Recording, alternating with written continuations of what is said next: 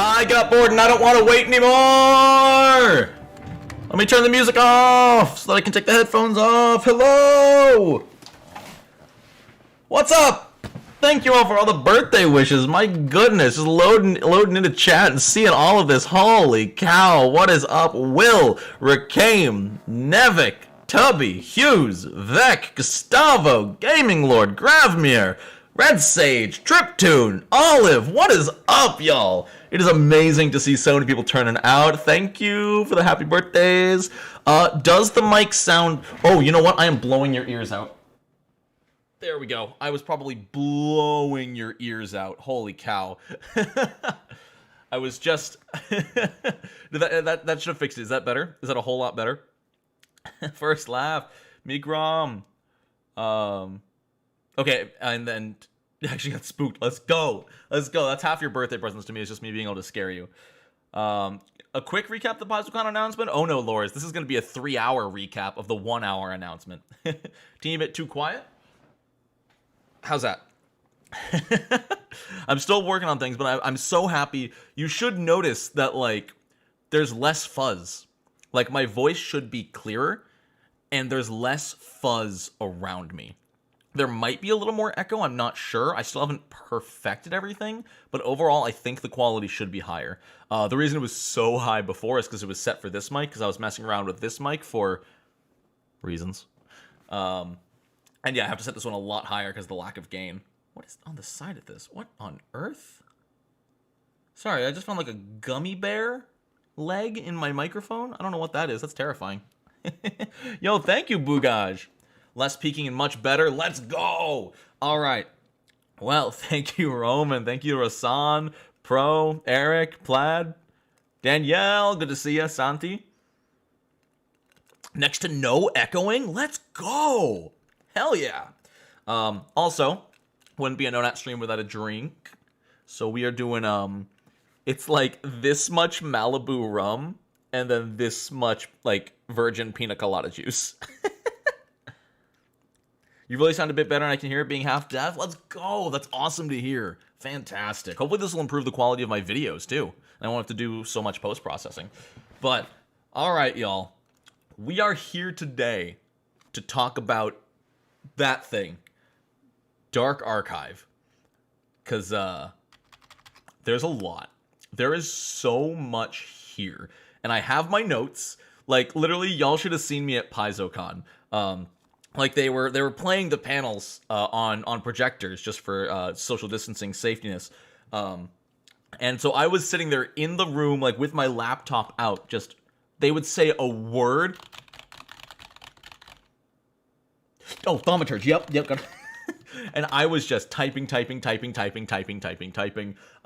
have like I have 5 pages of notes just from PaizoCon.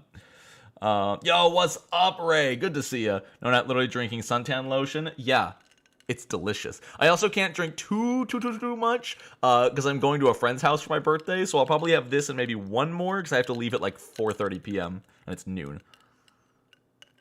Main PaizoCon stream is dead quiet. Yo, that sounded so weird. And don't get me wrong, I appreciate every single one of the 180 of you in here. Though, quick tangent, there's 180 of you in here and there's only 32 likes. I mean, come on, what are you doing? But, like, it's insane that, like, there will be, like, 20, 30 people in the Paizo one, and then, like, 180 people watching my dumbass go over it. Like, holy cow, everybody tip Nonat so we can hire a cab both ways. Yo, thank you, Bernarda. No, I don't want to waste that money that way. A cab to my friend's house would probably be like $60 and then 60 back. That's true as well. The Paizo one is also a VOD, so they're not going to answer any actual chat questions, whereas I can answer chat questions. Sure, I don't know any more than you do, but I can have fun. I'm at work, so I can only stay for 15 minutes, so happy birthday and super stoked for this. Let's go, Necrodancer. Thanks for stopping by. When you drive, never drink. When you drink, never drive. Yeah, I definitely am super careful about it, Will. That's why I'm literally going to have, like, 1 or 2 drinks over 4 hours, because the safety that was always drilled into my head is 1 drink per hour. And if you have had one drink, like 1/6 or like 5% beer, you do not touch a vehicle for 1 hour. If you had 2, you wait 2 hours. Just for complete safety, that's roughly the time it takes the alcohol to get out of your system. Obviously, if you've had 15 drinks, you're not going anywhere.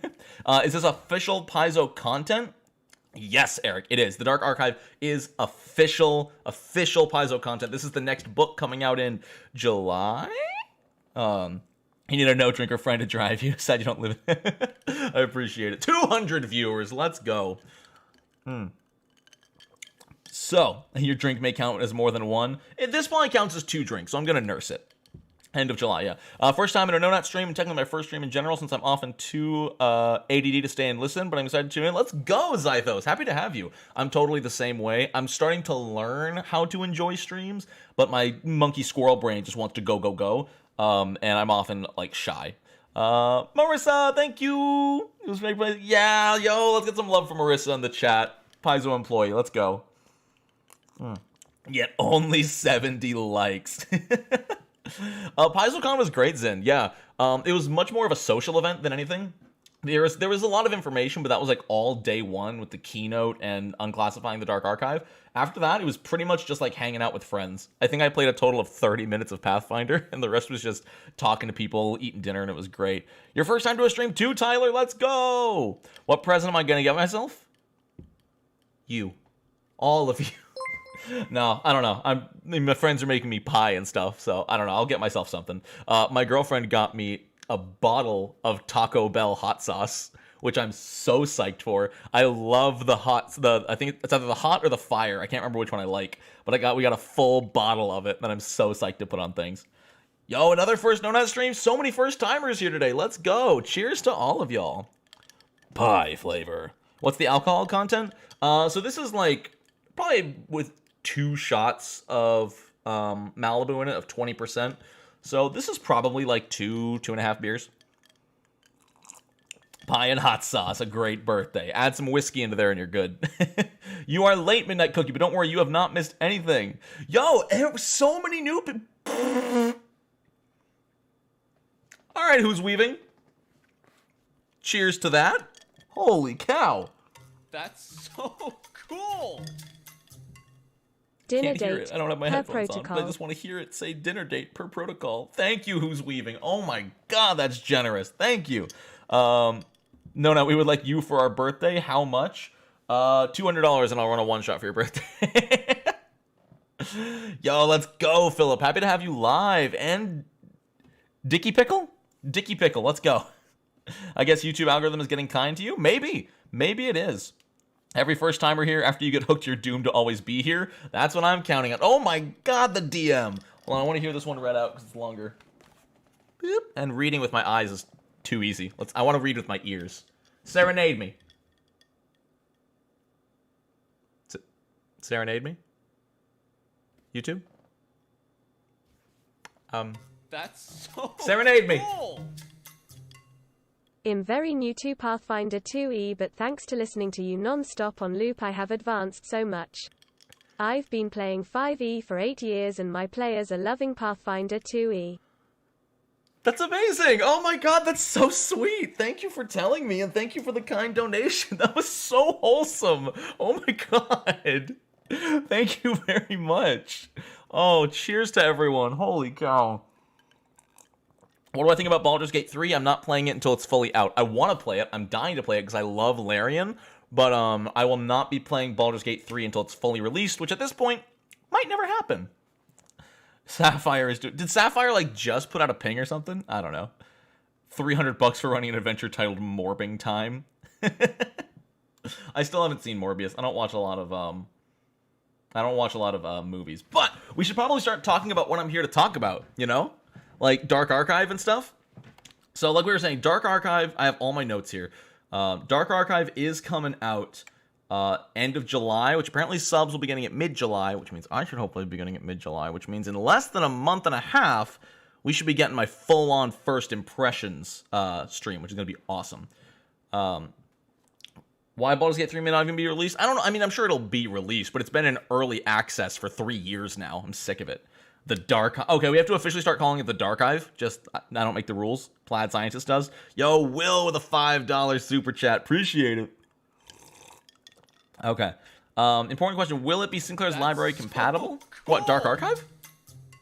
Sinclair's is going to be compatible with everything Pathfinder 2e. Now, going forward, there might be some overlap if Paizo happens to release something that we have already. You know, I'm sure Paizo's not going to stop making something just because we did.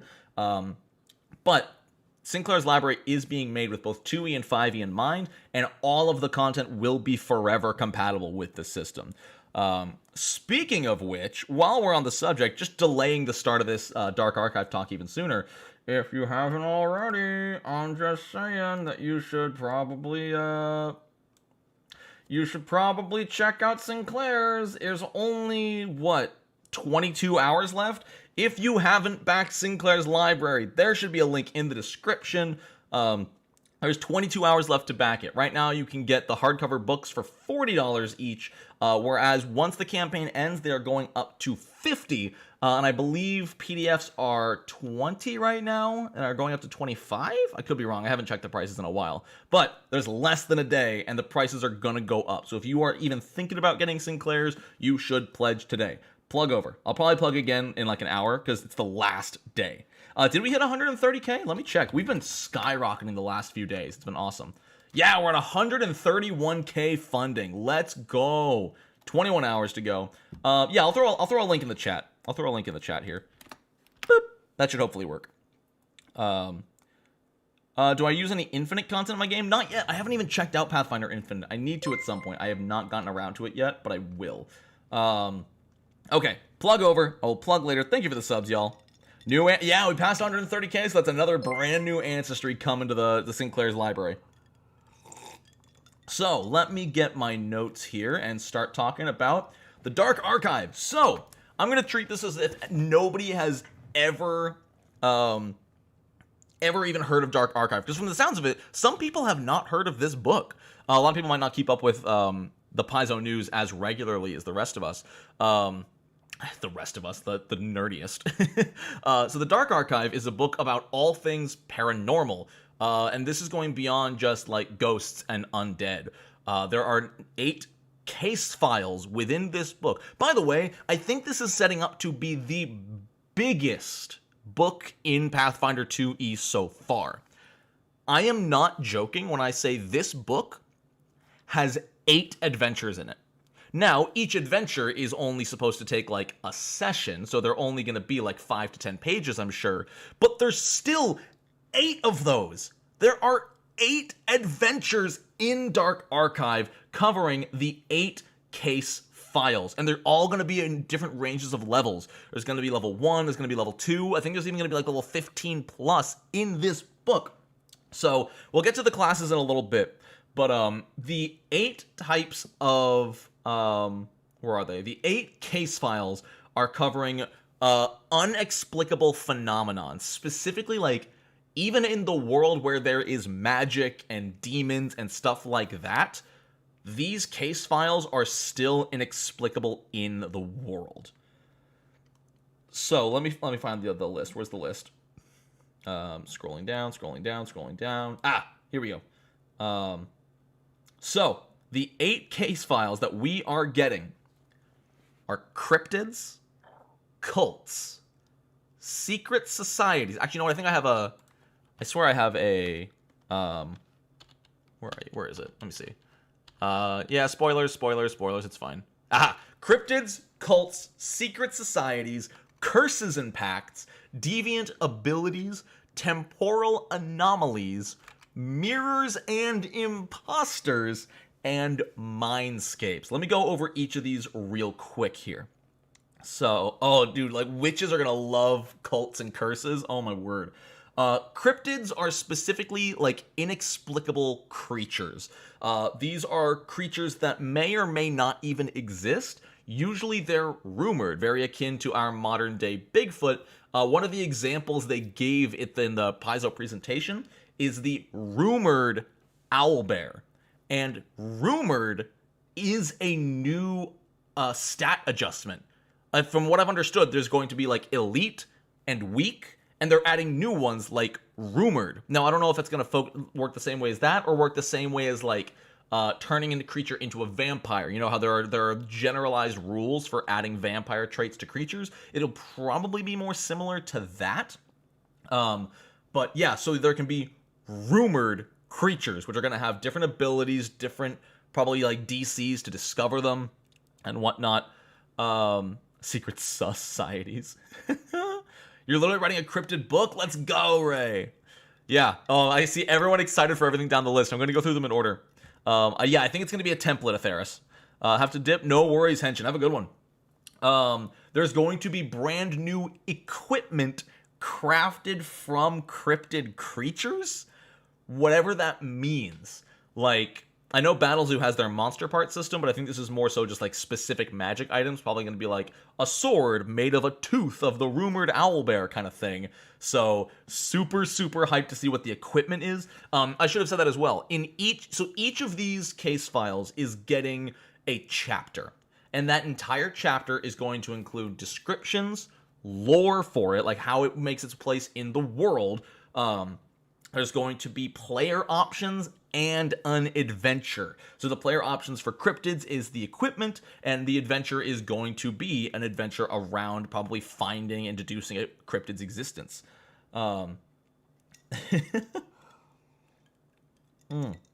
Bigfoot's big feet make you appear blurry from a distance. You do not show up correctly on camera film.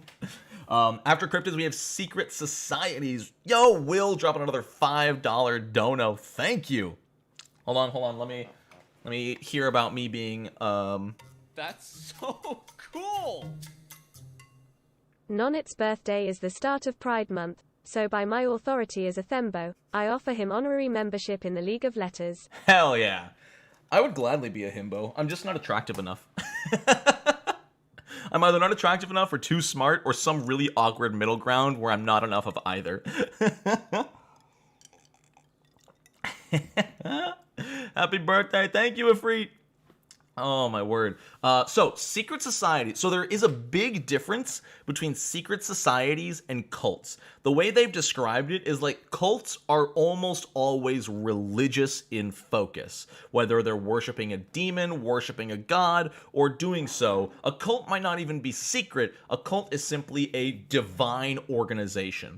Whereas a secret society can be an underground thieves guild. It can be a group of civilians plotting to overthrow a king.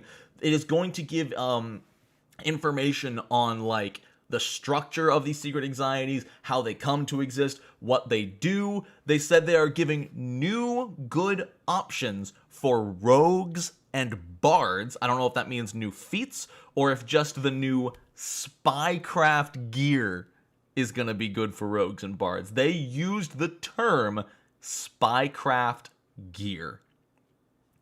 I thought someone just explained it to you.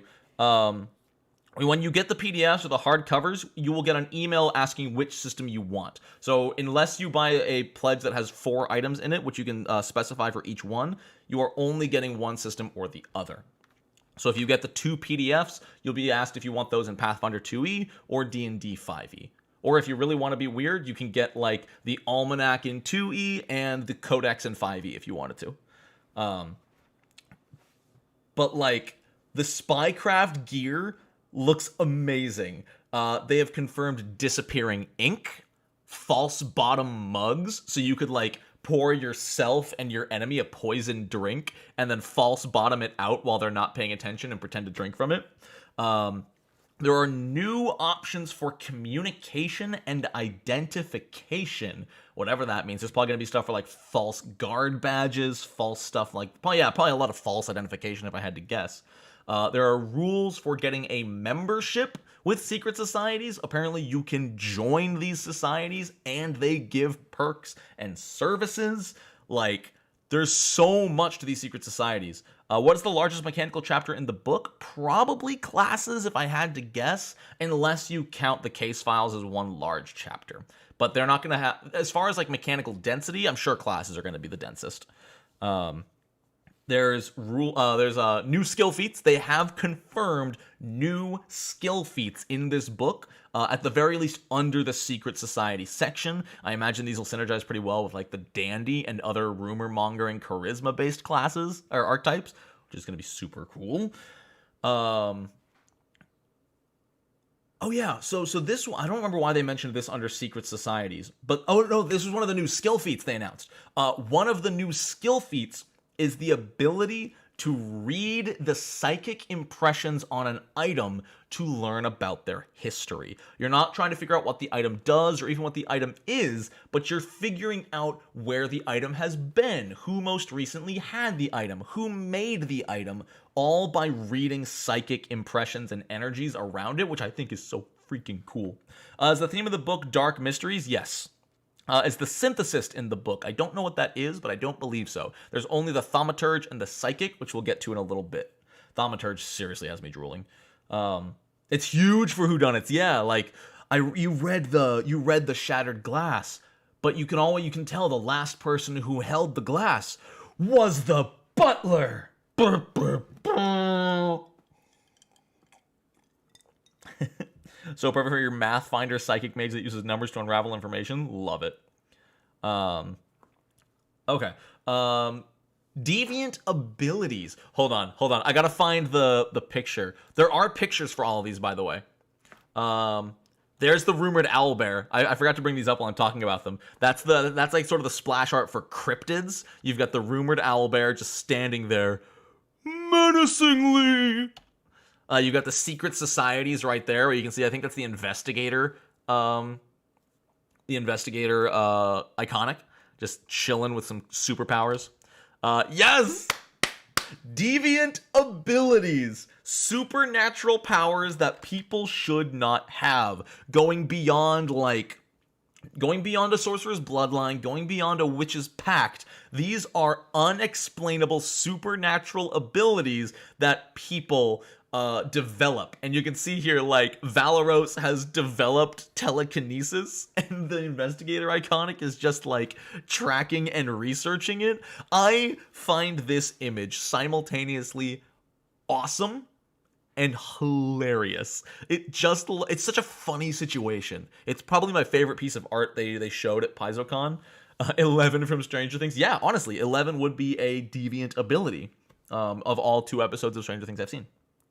It says that deviant abilities are typically granted by events. The way they described it is possibly by walking past like an alien monolith. You would be granted these powers temporarily due to your experience with the monolith, and then over time you might lose them.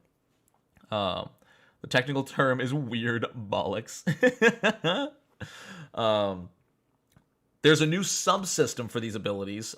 They say it works similar to Wellspring magic. So I don't know if that's going to be a class archetype like Wellspring Mage, or if there was, I don't remember if there was a Wellspring Magic variant rule. Someone can correct me.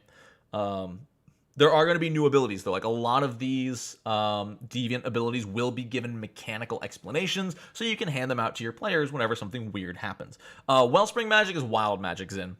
Like a Wellspring Sorcerer, whenever a battle starts, and whenever you cast a spell, you roll a d20, and if you nat 1, you get a wild magic surge.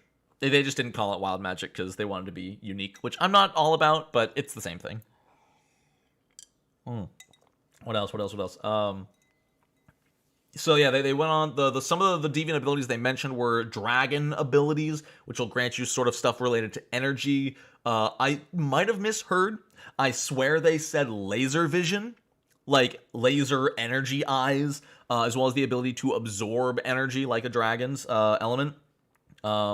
And these abilities will tend to be specifically unstable. I don't know how this compares to something like the Unstable Inventor trait, but they are designed to be the more you use these abilities, the more risky it gets, whether they take you over, whether they hurt you when you use them. There is going to be a risk to using these powers. Also, new spells. They did not go any deeper, but there are new actual spells. I'm guessing we're going to see a ton in the occult spell list, maybe some for arcane. I don't see where much primal would slide in here. But there's going to be a lot more focus on telekinesis spells as well. I don't know what that means. I will get something beyond telekinetic projectile, though. Mirrors and imposters. So they didn't go too much in here. There are going to be mirror-related hazards, whatever that means. There already is one, in a way. There's already the hazard in the Game Mastery Guide where you look in the water and you see a reflection of yourself getting hurt, and that hurts you in return. It's a will save. I don't know if this is going to be similar to that. More stuff at more levels. They said this section specifically is going to be great for GMs. And we're not getting doppelgangers. No, we are not getting a doppelganger ancestry. But what we are getting is the mirror duplicate versatile heritage. Literally, your versatile heritage is you as a clone or magical duplicate of an existing creature. Legit sus. Among Us is canon in Pathfinder. So, like, literally, but what this means, like, if you... Yo, thank you, Will. Cool. I can't hear it. If you accidentally break one, you have disadvantage on all D20 rolls for 7 in-game years. 7 in-game years. But yeah, what this means, though, is if you wanted to team up with your friend... Exactly, Isaiah. Exactly. Where if your friend wants to play a Dwarven Paladin, you can play a Dwarven mirror duplicate of that character, so you can both literally play the same person, maybe as different classes or something, but you're still different people, you know? You're just a clone. So I think there's so much potential for roleplay there, especially if you didn't grow up together and you have, like, turned into different people. That would be so cool. Taking twins to the next level, exactly. We've got cults. And doesn't that just look dandy?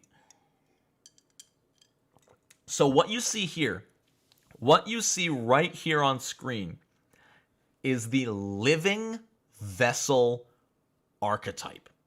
This is an archetype that literally transforms you into a vessel for a greater power to take residence inside. Specifically listed here, shown here, is the old one, living vessel. There are others you can choose from. The only one they told us about was the living vessel.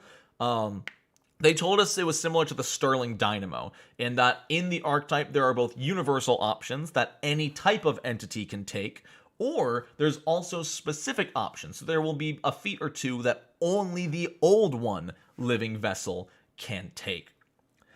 This goes beyond D&D Warlock. Like, D&D Warlock, you're just signing a pact with something. Like, if you sign a pact with Cthulhu as a warlock, it just gives you power. If you are a living vessel for Cthulhu, Cthulhu lives inside of you. They said the old one entity part of this archetype can reach out and inflict mental damage. They did confirm that there is going to be a Fey option for the living vessel, so you can have a Fey creature living within you. One of the abilities that the Fey living vessel gets is the ability to split into a bunch of laughing duplicates, so enemies... It's basically mirror image. But yeah, you split into a bunch of duplicates so enemies have a harder time targeting you. This could be neat for a next level witch patron. Oh yeah, if you take like the old one patron and the living vessel old one archetype, you can go hard with a witch. Cthulhu daddy inside me, ooh woo, notices you're talking. The archetype gets apocryphal focus spells. I think that's for the archetype. That could have been for something else. I did put a space there. I just remember them saying apocryphal focus spells. You're going to learn more about old, forgotten symbolic associations within the world. Basically the cults. Probably cults of Lamashtu, probably cults of Argothoa. Hopefully, honestly, fingers crossed, we see some good and neutral aligned cults as well. Because if all the cults are evil, that's going to be way too easy. And I would love to see examples of other alignment cults. We stand Eldritch Horrors beyond comprehension. There's got to be new witch patrons. I don't know for sure, but hopefully. Let me see. What was this part? Oh, no, that's right. I think these... What were these? Oh, my notes aren't accurate. They mentioned Apocryphal focus spells, which are like... They're new ways of using other focus spells, I think. I don't have all the details. I remember them saying, like, using flame to see the future. There's one called Frenzied Revelry that grants a bonus to mental saves and increases your critical save. So like Frenzied Revelry might give like a +1 bonus to mental saves, but if you or anyone affected by it gets a critical success, the bonus for everyone goes up by 1, which is super cool. Like, a bonus that gets better as you succeed with it sounds awesome. And then I just wrote Ceremonial Magics. I'm guessing new rituals. Will this book have rules for Apotheosis? Probably not. This is not a divine-focused book. Like, this is not focused... Like, the only thing really divine-focused is the cults. That's about it. And it's more about the fanaticism than the gods themselves. I would like to see cults using evil deities' powers for good. That'd be interesting. The hard part there is, why would the deity be giving them those powers? One new Witch Patron, one new Oracle Mystery. Oh, okay, cool. We've got Curses and Pacts. These are a lot. Oh yeah, there it is. So there is a new Witch Patron, the Pact. Like, literally, your patron was a pact with a greater power, which goes, like, beyond the witch's normal relationship with their patron. They have, like, signed something over. No, still no sign of the Inquisitor. Locked up abs. Those abs are too dangerous to get out. The new witch patron, whatever their hexes, cantrips are all about, are apparently about trapping. This is either the witch patron or curses in general. Will give you the ability to trap NPCs in situations where they cannot attack you without penalties. That's the way they put it at PaizoCon.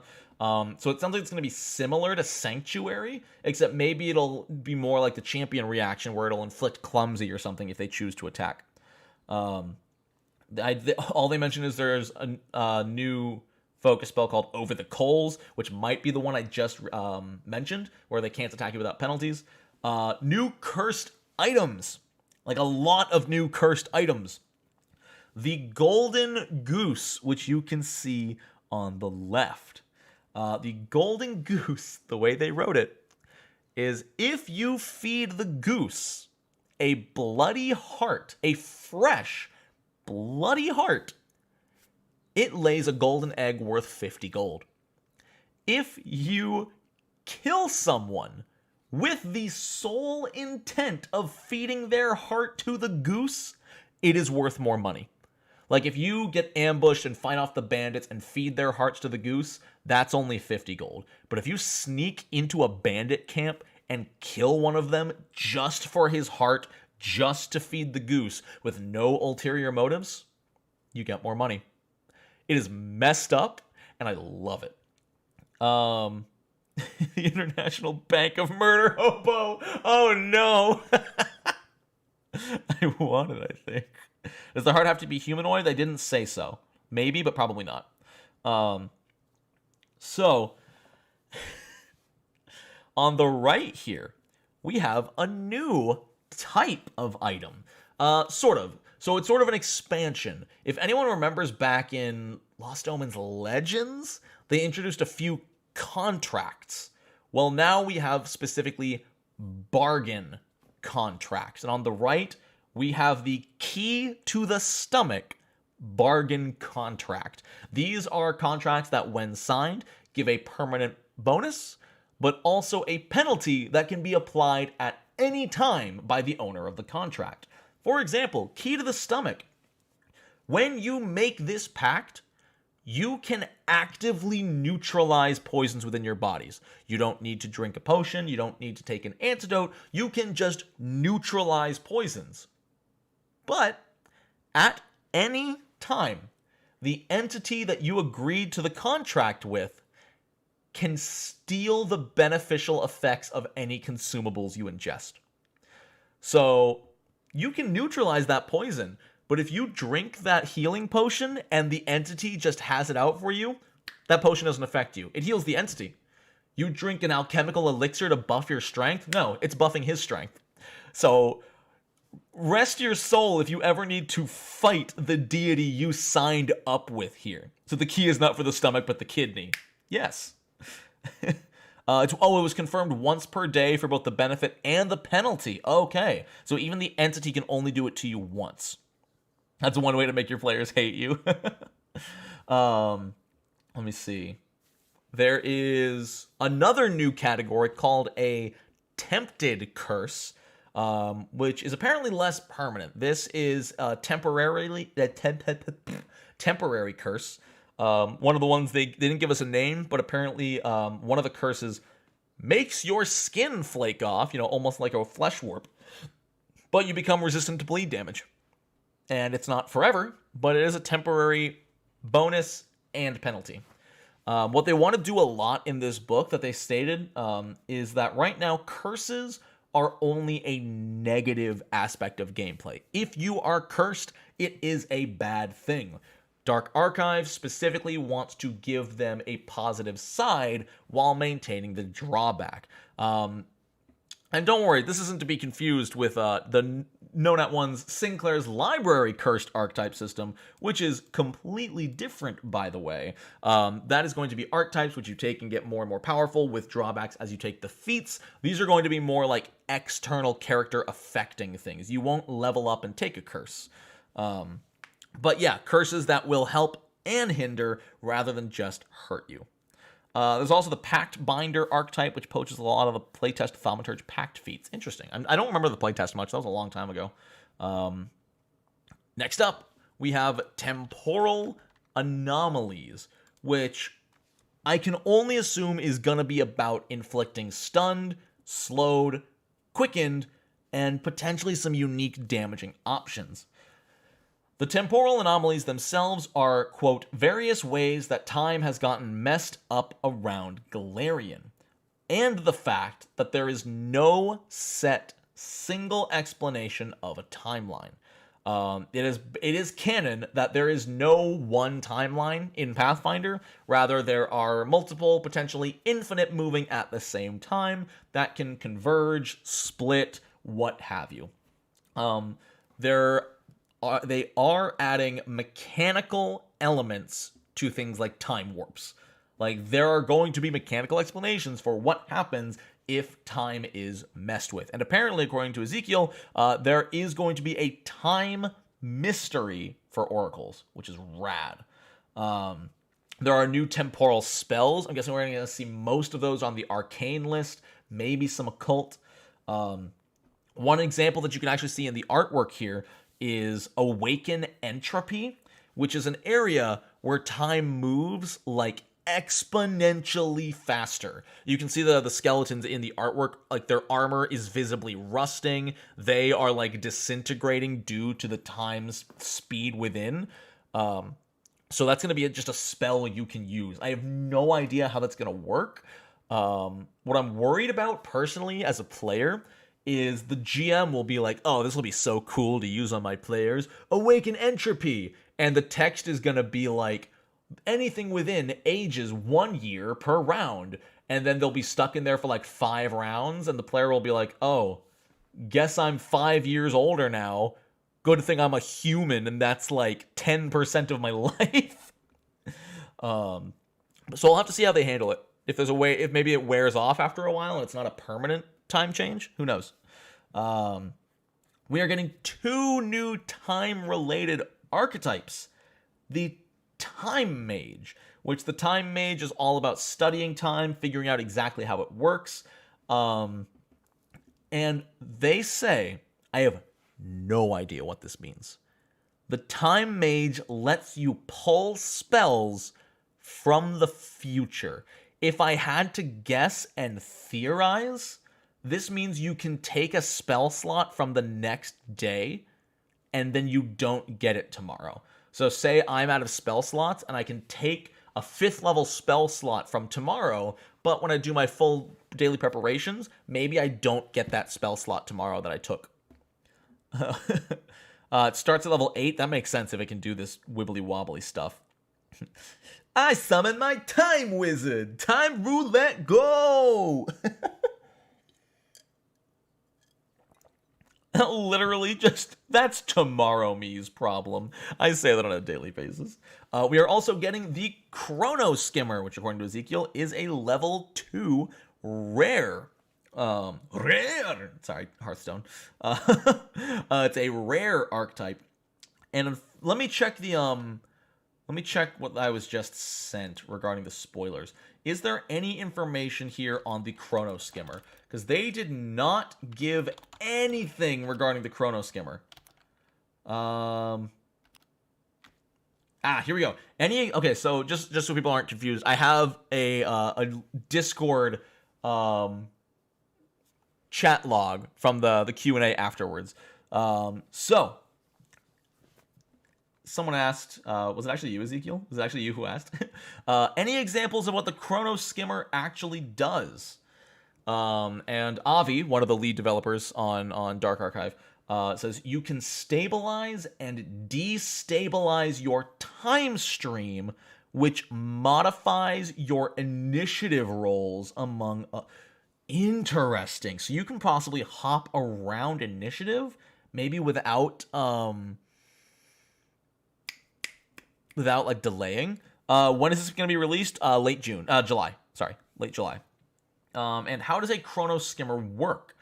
James Case went on record to say it is a lot less casting spells and a lot more doing weird time stuff, like a variant charge ability where you run up, strike, and then teleport back where you started. Ooh, I love that. Put that on a rogue.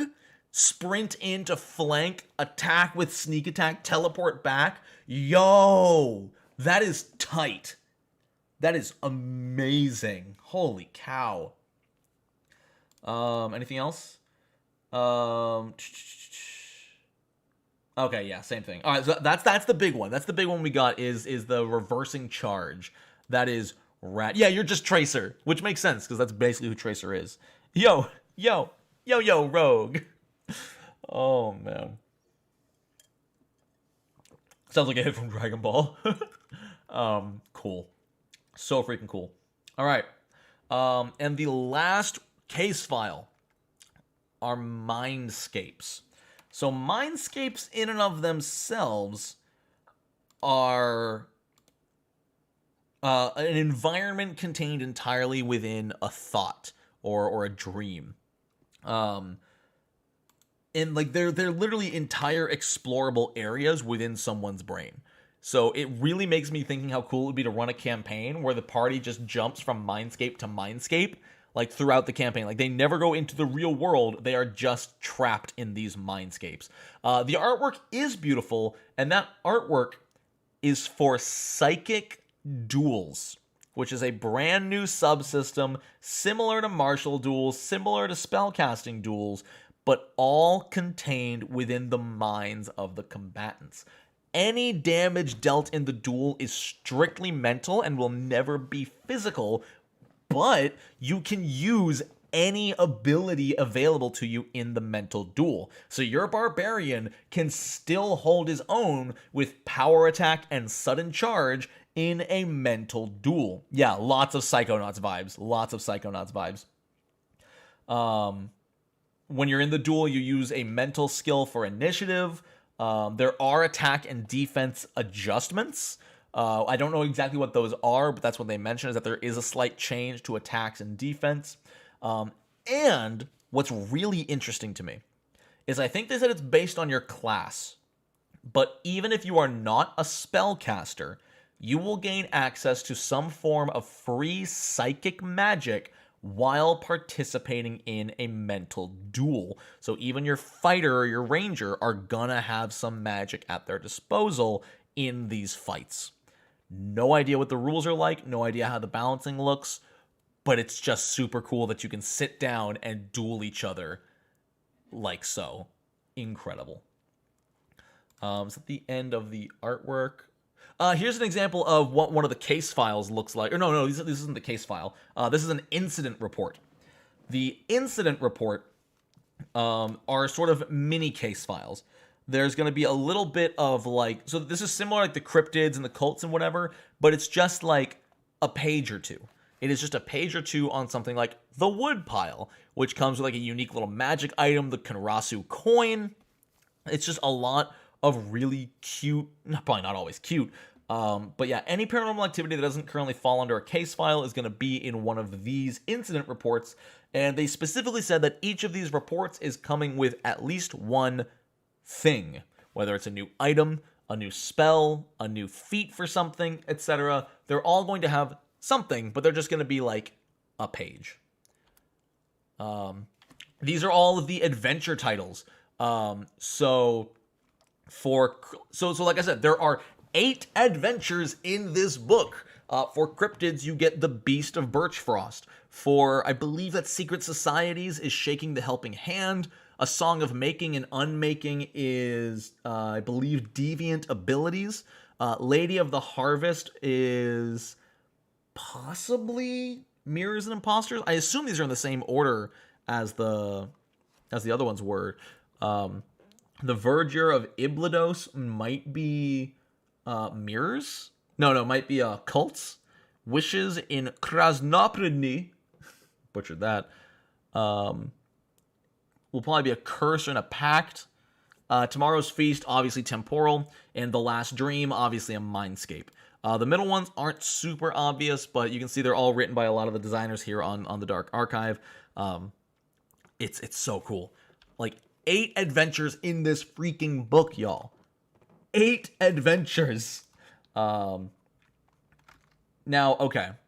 Let's talk about what everyone's here for, what probably a lot of people have left already. Never mind, there's more of you than there were at the beginning. Okay, never mind, I'll bite my tongue. It's time to talk about classes. Y'all, it is time to talk about the 2 new classes coming to Pathfinder 2e. Here we can see the Psychic, who goes by Phalion, I think the name was? Phalion. It's either Phalion or Phalion. I can't tell if it's a TH or an F, just from where people are talking. So there is Phalion/Thalion. Thalion, okay, with a TH.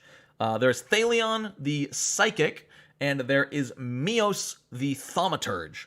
And we will go ahead and start here with the Psychic. So Thalion themselves is actually a painter, which I think is super cool. This Psychic is literally manipulating paint, like, is part of their combat style, which I think is a cool way to flavor it. So, like, if they telekinesis throw a dagger, it'll probably be like a strand of paint wraps around and flings the dagger at someone. Oh, it's so cool.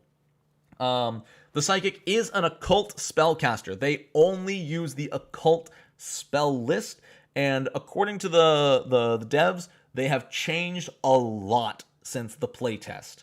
A lot of things have changed with the Psychic. The basic idea is there, where your subclass is still a combination of a subconscious mind and a conscious mind, but they have made the subconscious mind specifically more straightforward.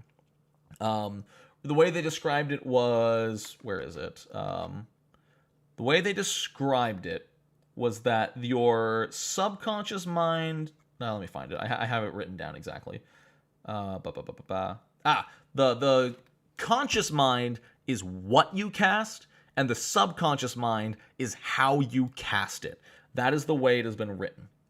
And also, before anyone asks, because I know it'll come up, in the little Q&A from the Discord, one of the first things I saw was someone asking if the Psychic overlaps with the Kineticist, because the Psychic does still have some elemental focus, and they said that no, the Psychic and the Kineticist are actually incredibly far apart.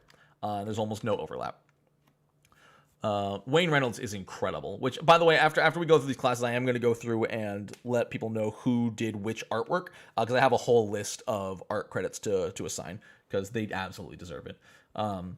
So you choose your subconscious mind, and really, subconscious is mostly going to help you decide whether you cast with charisma or intelligence, as psychics can use either or as their key ability score, as well as give you a little bit of interesting flavor and mechanical diversity between them. They also announced that the Unleash Psyche ability is going to be more consistent with less charge up. Back in the playtest, the Psychic took a few rounds to really get up to full speed before they could unleash their Psyche and do their big stuff. Sounds like they have removed the charge up completely. And that Psyche abilities are going to be focused on either dealing damage, soothing emotion, or other mental stuff. But they are keeping the Psychic's signature ability of focusing on casting cantrips, and then rather than having many focus spells, they actually spend those focus spells to power up their cantrips. We have been given a list of the different subclass combinations. I did not get full information on each of them. There is Emotional Acceptance and Precise Discipline, Gathered Lore, and Wandering Reverie.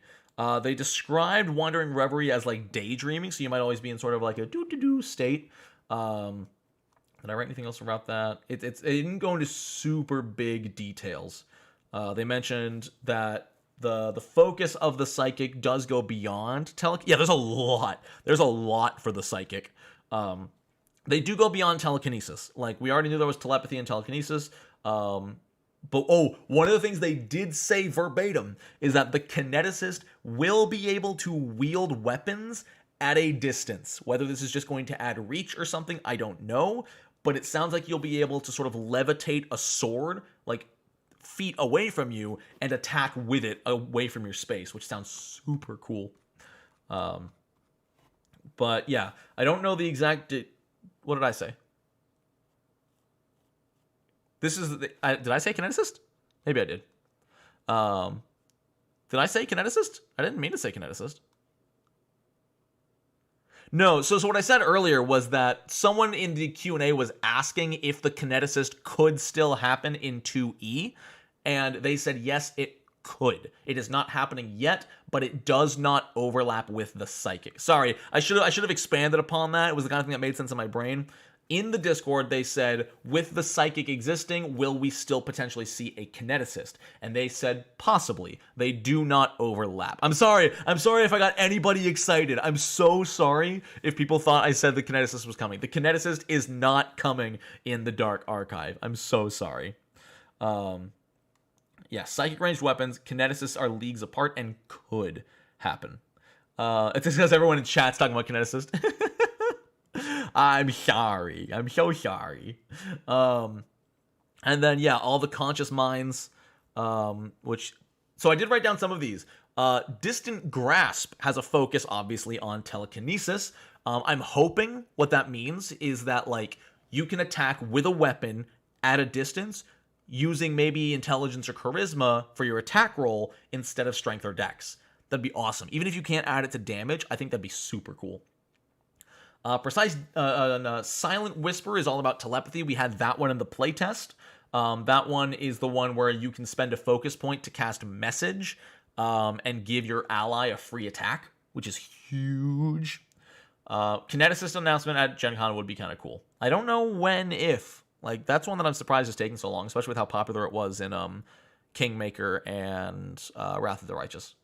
Or no, it was only in... No, it was in both. It was in both.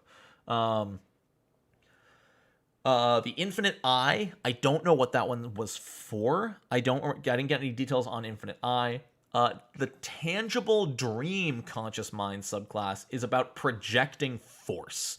I'm guessing this is going to be something like Minor Illusion, where you can make something feel real for a bit, putting up a wall or something. It's Clairvoyance, and the Infinite Eye is Clairvoyance. That makes sense, being able to see through things. Yeah, Tangible Dream sounds like it's probably going to have some like Hand of Force, Wall of Force, whatever. Oscillating Wave, I don't know how this works. The way they described Oscillating Wave was energy movement. I don't know how that differs from projecting force with Tangible Dream. But energy movement, I don't know if that's going to be granting resistances to energy or granting weaknesses to energy would be kind of cool. They switch between hot and cold energy. So yeah, maybe they get some different flavors. Maybe they're focused on like Ray of Frost and Produce Flame. That would make sense. It forces you to switch. Is that something from the first edition, Jacob, or was that confirmed in the Q&A?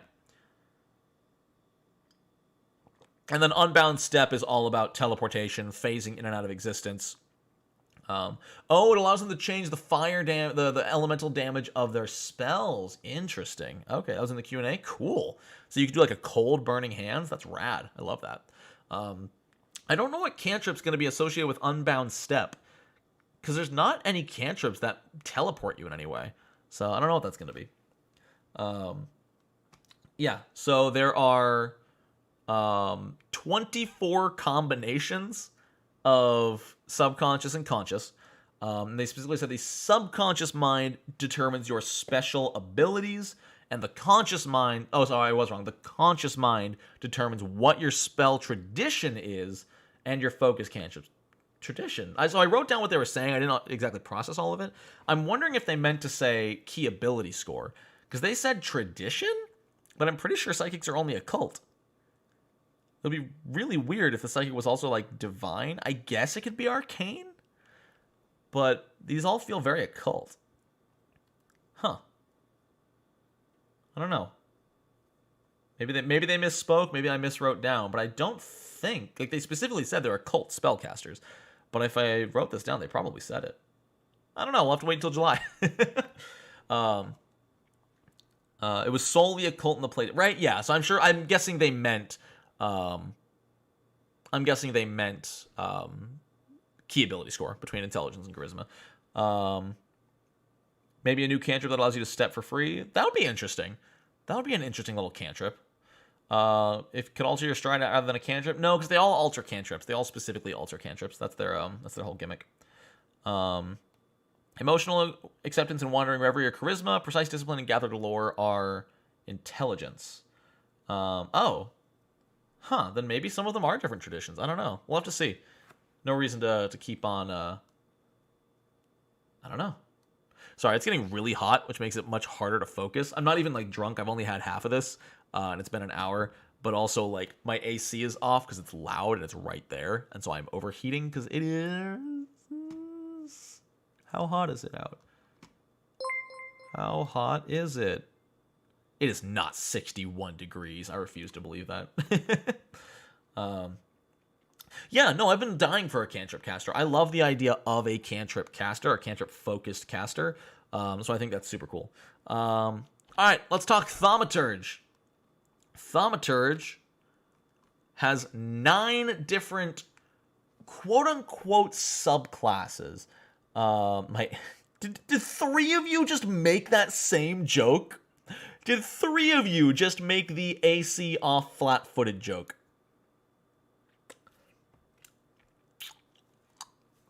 How did my life get to this point? It's a good joke.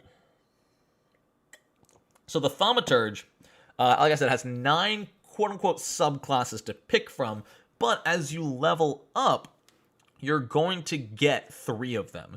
You'll basically be perfect in one, okay in another, and you'll be perfect in one, good with another, and okay in a third one as you level up. What's cool is it sounds like there's going to be a lot of room to flavor these trinkets. You know, the amulet is not going to have a set look. It just is an amulet, and you choose what the amulet looks like, and then it tells you what that does. There were not a lot of changes from the playtest for the Thaumaturge.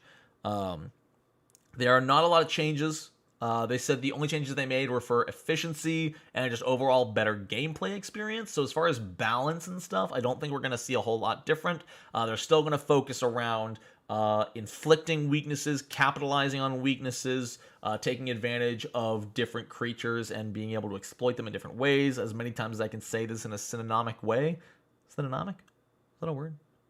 I basically just said the same thing 8 times. You're welcome. Now, what's interesting, specifically, 3 of these implements are active. 3 of them are reactive, and 3 of them are passive. I don't know if they're organized here like so, because I'm pretty sure the chalice was active. Like, the chalice is something you actively drink and it heals you or something like that from the playtest.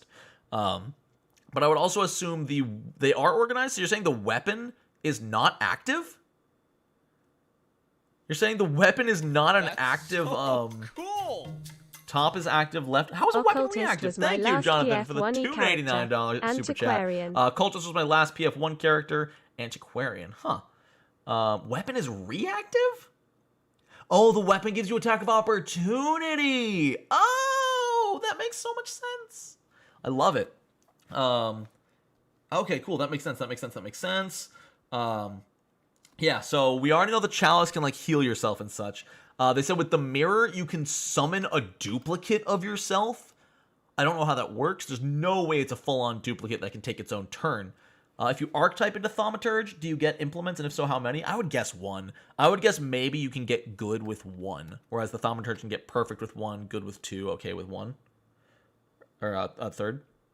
I'm guessing the archetype gives you good with 1. We didn't get any information on the wand or the amulet. The bell, you specifically ring different tones of the bell to make different effects happen.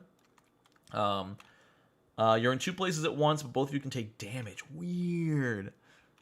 The weapon, as we just heard, gives you attack of opportunity. The lantern, I believe, reveals things. I believe that it reveals illusions and hidden creatures. The regalia is probably my favorite. It's just fancy clothes. Like, your implement is your fancy clothing. I have no idea what it does.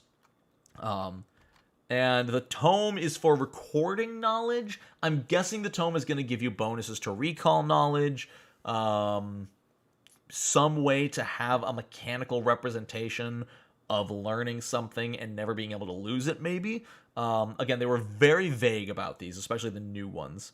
But yeah, the tome is probably just bonuses to recall knowledge. Aren't bells tuned to a specific tone, though? I think it might be like a multi-bell, where it's almost like a few little things hanging down, almost like a wind chime. Thaumaturge with drip. Tome gets you bonus to recall knowledge and learning. Oh, it gives you spells. That makes sense. It's a martial class, but it probably lets you learn spells at a super slow rate. Super cool. And let me check the spoiler thing, but I don't think we learned much more about the Thaumaturge, unfortunately.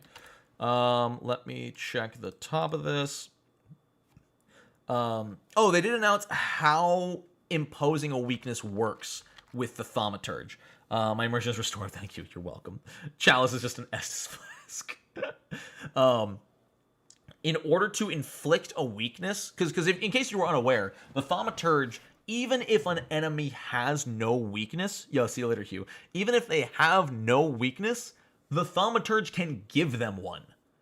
Now, what you have to do, according to Logan Bonner, is you roll an esoteric lore check against the standard DC of the target's level. And if you succeed, you can choose to have your strikes exploit its mortal weakness or improvise a weakness you make up. So what I can't tell from this is whether or not your allies can capitalize on the new weakness. Say they have a weakness to fire, and you just have a dagger. Well, if you succeed your check, your dagger can now capitalize on the fire weakness. But let's say they have no weakness, and you improvise a weakness to fire. They can't. Fire weakness, everything should be weak to fire. But like, oh, okay, I see. It was weirdly worded. Okay, an auto success. You can choose to have your strikes against it either exploit the weakness or improvise a personal weakness. Okay, gotcha. Yes. You can make them weak to good. No worries, Bomber. Have a good one. So that's that big one. Thaumaturge.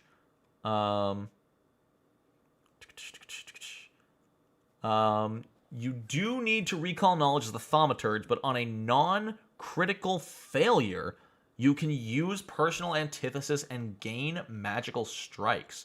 Interesting. So it sounds like unless you crit fail, the Thaumaturge does something. Maybe if I have to guess, it'll be like weakness 1 on a fail, weakness 2 on a success, maybe weakness 3 or 4 on a crit success. Or there's going to be a duration to it. I'm not sure. But that's very interesting. Oh, I bet there's going to be... Okay, later on you can pass stuff on to allies. Probably a feat. Yeah, makes sense. Let's see. Apparently Mios, they said Mios, if they wanted, could wear medium armor. I don't know if this is supposed to be light or medium, but I believe the Thaumaturge is limited to medium, not heavy. Does esoteric lore scale like bardic lore? Esoteric lore increases to maximum proficiency each time you hit one of the new proficiency levels. Yo! So the second you hit level 2, esoteric is expert. The second you hit level 7, it's master. The second you hit level 15, it is legendary. That is awesome. But Logan did specifically say it is much more limited in scope than bardic lore. So GMs out there, careful. Like, technically you can, so maybe is there actual mechanical limitations on what you are allowed to roll it for? Because I can't tell, if you're tracking just a creature, could you roll esoteric lore almost regardless of the creature? I'm curious how they're going to specify the limitations. It's just creatures? Interesting. All right, cool. Maybe they'll go into it here. We got 9 more pop-ups here. Can a Thaumaturge do anything similar to pulling out a cross on a vampire? And Avi says yes. Van Helsing was one of the internal inspirations for the Thaumaturge. If he was beefy. Let's see.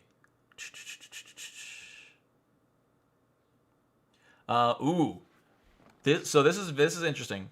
Hey, I'll understand the mummy reference at some point, Fontos. Someday. Or maybe I'll never watch it to keep the meme alive. The complexity ceiling of Pathfinder 2e's classes has risen a lot, with classes like the Thaumaturge, Psychic, and Inventor being pretty high up there. Some classes also just have a high baseline complexity there's no way to avoid, like the Summoner. So making something there that meets the basic needs without then also lumping more complexity on top is a challenge. I generally prefer to avoid classes that a beginning player can't play, though we have quite a few of those at this point. At least they admit it. At least they're open about it. They're not going to pretend, the Inventor is an easy character. Although, all things considered, the Inventor isn't what I would consider complicated. Probably the Psychic, the Summoner, and the Oracle would be the most complicated to me. Inventor is, hard to choose. But, you literally just, what do you want? Weapon, armor, companion. You picked weapon? Okay, cool. Do you want to give it reach? Bleed damage? Do you want to fold it up? Okay, you're done. Inventors aren't that complicated, all things considered. They just have a lot of options. They have so inventors have a lot of options when they level up.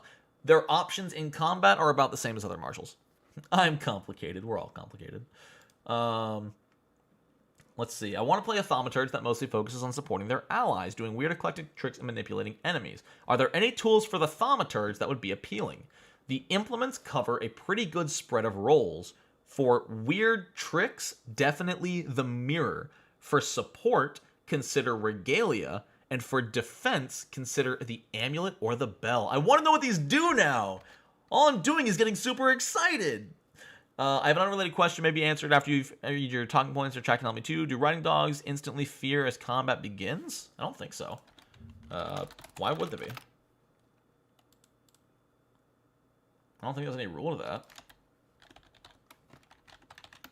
Yeah, I don't think there's any rule for that. As long as they're your ally, if they're just a random dog, maybe.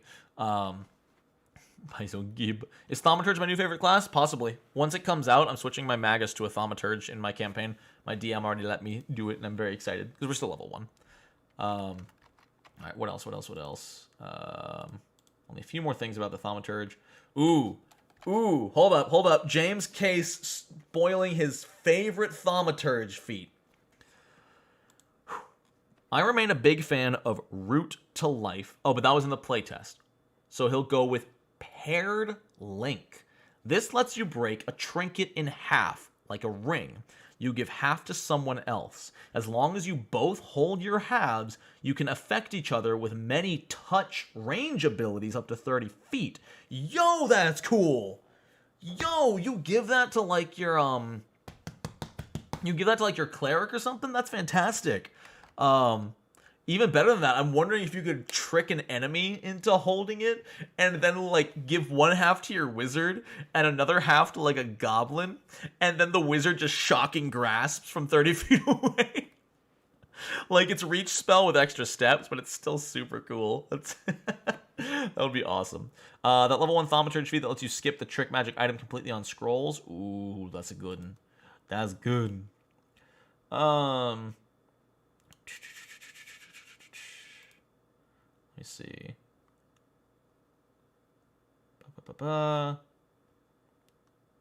Okay, so that's it for the Thaumaturge. Let me see if there's anything interesting on the Psychic. What is a Wandering Reverie Psychic about? Ooh. Wandering Reverie is about trying to get a more chaotic and free association part of your mind, very driven by sense and imagination rather than discrete words or formulas. You might have a daydream of small creatures helping bring you an object, and then it levitates to you, or you might blink and find that you've teleported somewhere you want to go. Cool. So the Wandering Reverie Psychic, like, it's all still telekinesis, but you're imagining why it's happening. That sounds so stupid fun. Like, you can literally have an imaginary friend. The Wandering Reverie Psychic can literally have an imaginary friend who does all their stuff for them while it's actually telekinesis in their mind. That's so cool. Let's see. Up and up and up. Up and up and up. I saw mention that Psychics' amps, which are their focus spell-empowered cantrips, were amped up a bit. Can you give any indication on how much more powerful they might be? For the playtest, because even a level 1 Psychic could use like 5 amps in a row easily, the power had to be between a cantrip and a focus spell. Now that the main effect of Psyche is more power and ability to use Psyche special moves and not free amps, Amp's balance point is up to a focus spell. Oh, okay, right. Because in the playtest when you unleashed Psyche, you could amp up your focus spell, you could amp up your cantrips without spending focus points. So it sounds like they have completely done away with that, but made the amped up spells stronger. You're now limited. You cannot use them forever. Otherwise, you are just stuck to your cantrips. But, so now they've been way more powerful. Yeah, it's a focus cantrip caster. Very cool. Very, very cool. All right, let me look up the bell. Some people want me to look up the bell.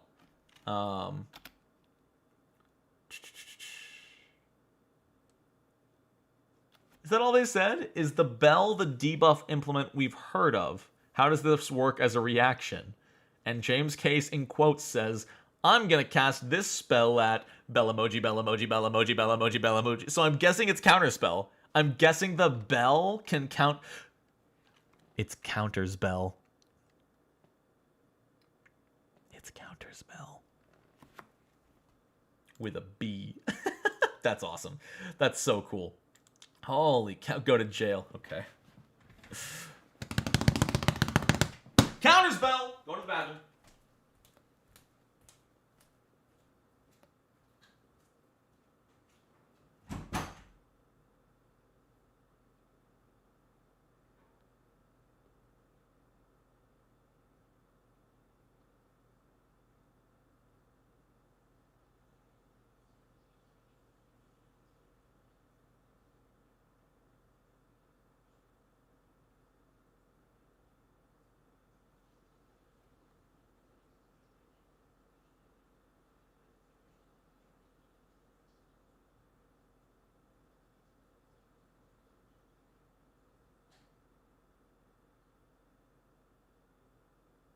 That's so cool!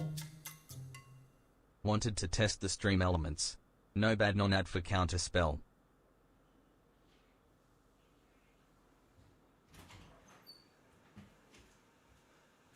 Counterspell! Alright. I'm back. The shame bells. Yeah, Danielle, Sinclair's did just hit 130k, which, if if you haven't already, you should all probably go and, support Sinclair's, because it's only like 20 hours left in the entire campaign. And if you don't buy the books now, they're going to go up in price. Like, hardcover's going from 40 to 50, PDF's going from like 20 to 25. I'm just saying, like, that's a good discount.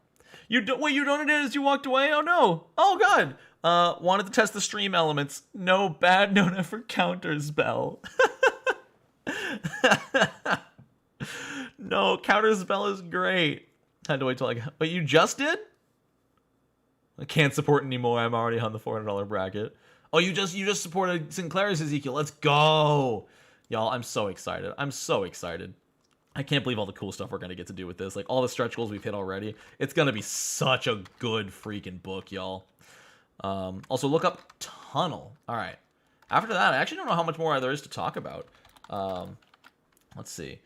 Finally, the final unique cantrip for the Unbound Step Psychic is called Tesseract Tunnel. You stride from place to place, opening a portal at the start and end of your movement. Until your next turn, a teammate can go into the entrance and out the exit.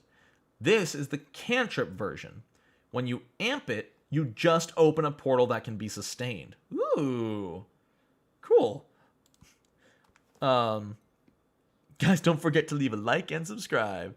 I'm so excited to see this. Like, obviously, come July, come the end of mid-July, once I get access to it, we're gonna do a full-on first impressions.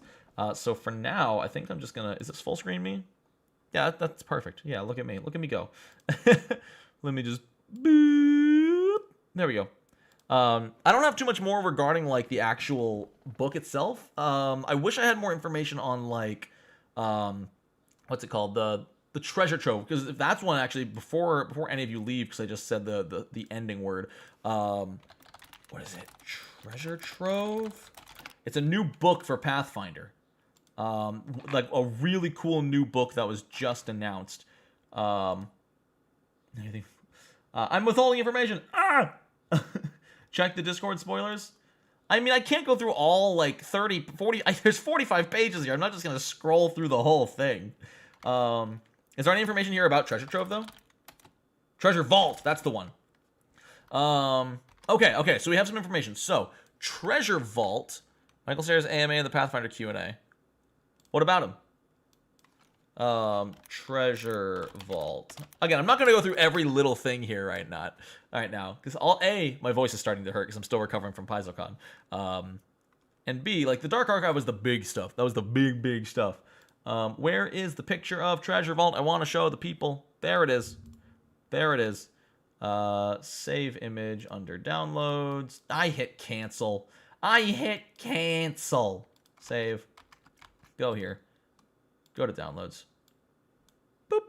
Look at this. Look at this pretty book. Look at this gorgeous little book. So this is coming out, I don't remember when exactly, but this is just an item compendium. This is over 100 plus new items for Treasure Vault. Or for Pathfinder 2e. Is that vacuum cleaner legendary? No, it's actually shoddy.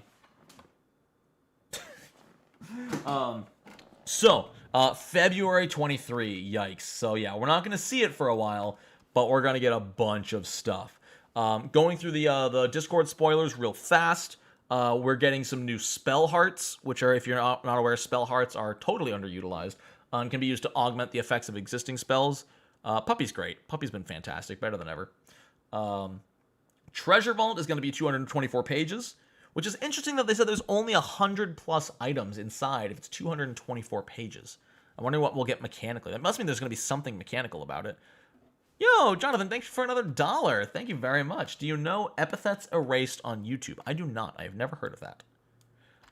That's right. There is going to be a crafting rework. They are reworking crafting as a variant rule, I think. I'm not too sure. Yeah, lots of alchemist stuff. Wait, is there an actual shopkeeper archetype, or are you just messing with me, Zin? Let's see. Will Treasure Vault have new generic runes for weapon and armor? Yes, the subsections with Chapter 1 include new weapon and armor runes. Okay, so probably not like No, not adding an alternative to potency or anything, but some cool. Just messing it to put something in those pages. Multiple variant rules on crafting. Wow. Holy cow. At least Paizo realizes, yeah, crafting wasn't a good system. We did it wrong. Will it have more tattoos? I'm pretty sure it will. I'm almost positive it will. If it doesn't, that's going to be a problem. More objects for the Chirurgeon. Thank goodness. Holy cow. Ooh. Let's see. There's going to be a rune that gives some kind of effect to someone who picks up your weapon if it doesn't belong to them. Interesting. Any new Fulu? Yes, there are going to be some new Fulu, which were supposed to be in Dark Archive, which are getting put into Treasure Vault instead. Okay. Not sure if Treasure Vault or the other book's on the way. Treasure Vault doesn't release till next year, so it's definitely Dark Archive. Let me see. So if your wishes for new things came from a desire to get more concepts you love in PF2, Treasure Vault is going to try and answer as many of those requests as I was able to accommodate. Okay, cool. So they're trying to get a lot of new stuff in Treasure Vault. Sounds like they're not doing more of the same. You know, they're not adding, you know, a water element rune and an earth element. No, they're not doing that for weapons. They're adding very new effects that are not currently in the game, which I appreciate. Finally, the time to drop by. Happy birthday, Dice Dad. Hey, PH, what's up? Thank you for the birthday wish. Need more shield runes? Yes. More runes for shields, please. Ooh. Does Treasure Vault have something to support thrown weapon builds? Treasure Vault has several things tailored to throwing builds. Yes. Fantastic. Good. Want to talk about one of the new martial crossbows? Michael Sayers says, look to these weapons to enable new playstyles and routines, not invalidate old ones. A martial crossbow is likely going to fall in the has more traits bucket than the has a bigger damage die bucket. Good! Thank you! I love it. Like, just because something is martial doesn't mean it should necessarily hit harder. There's arguments to be made about advanced, but I won't touch that. Advanced is a whole can of worms. I hope there's more alchemical tapas. I know there's cocktails. Anything regarding companion items and barding? There is companion stuff currently in Treasure Vault, not in huge numbers and not things that change major balance factors. Come on. Give us companion gear. I love companion gear. Give us claw boots for canines. Give us more barding. So it's just like light, medium, and heavy barding right now, I think. Give us, special weapons. Give us mounted crossbows. Give us mounted crossbows. Epitheta Race is a small animated show based on an animated pen and paper game. I think you might love their amazing power systems and abilities. I'll check it out. Thank you, Jonathan. Right? Catapult barding, please. Not even... Oh, there's only light and heavy? Wow. Man, I was hoping for something more there. I noticed there's a lot of new alchemical items coming in Treasure Vault. Should we expect this to help with the much debated power of the Alchemist? Alchemy Unleashed, which is one of the chapters of the Treasure Vault. Alchemy Unleashed is doing a lot, and one of the big considerations we had was looking at options that would benefit the Alchemist first and foremost. What I'm interested in is if there's going to be new categories of alchemical items. There are entirely new categories of items in Treasure Vault, alchemical and otherwise. Very cool. There will be new combination weapons in Treasure Vault, and none of them are firearms. Very interesting. So we might see a bladed bow or a cross bayonet or something like that. That'd be cool. This isn't until next February, Nevik. No, unfortunately.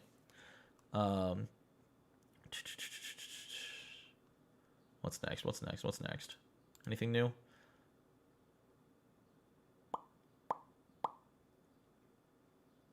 Missives. Missives are a new type of magical item introduced in Treasure Vault.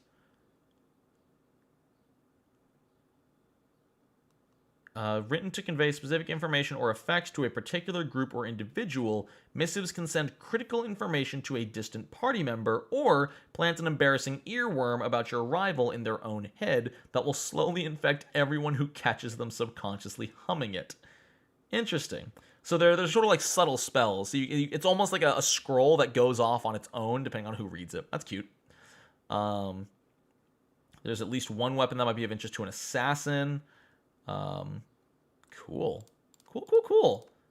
Yeah, Treasure Vault's going to be tough to talk about. Because, you know, we can theorize about, you know, any possible spell in the world, any potential item, any potential anything that would be in Treasure Vault. But Treasure Vault's going to be so wide in its scope that just, you know, it's doing alchemical items, magic weapons, weapon runes, armor runes, shield runes, new shields, new armors. You can't really theorize much, you know? And they're specifically, like, not even dropping names. So we didn't get a whole lot to go off of, but we still got a lot of cool information. We definitely got through it faster than I expected, but I think that's okay. Oh, hey, Jonathan, I'm just saying, if you want tattoos, there may or may not be some new magical tattoos coming to Sinclair's Almanac. Coming to you late December, just saying. But, yeah. I guess that makes sense. If we're just talking, like, announcements and theories, being half the length of a full book review makes a lot of sense, actually. I'm also incredibly excited for Treasure Vault, really, really far away. But, you know, it'll happen. It'll happen.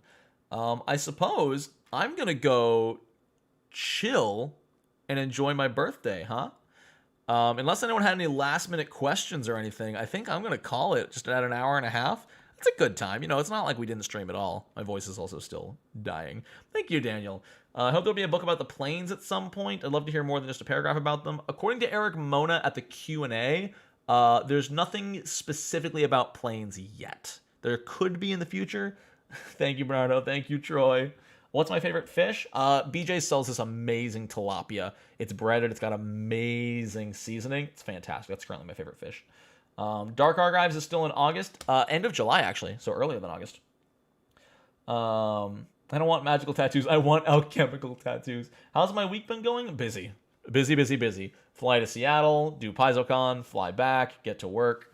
Oh, it's been a lot. Thank you, everybody. Thank you, Remy, for the $5 Canadian. Am I familiar with D&D 3.5's Binder? I'm not. No, I'll look into it. I'm playing a 3.5 game right now, but I'm just playing a Dex Fighter. I'll let that donation go through so that Remy gets the recognition he deserves, because Remy's great. Oh my god, you can hear my voice. You can hear my voice starting to go. I don't know what just happened, but like once I stopped talking as loud, my voice just shot down. Now I'm just like 10% more attractive as a human being, according to the internet. I don't know. Oh, there it is. Happy birthday. Thank you. Take some time off. Zin, you think I can afford to take time off? That's cute. Why do you think I streamed today?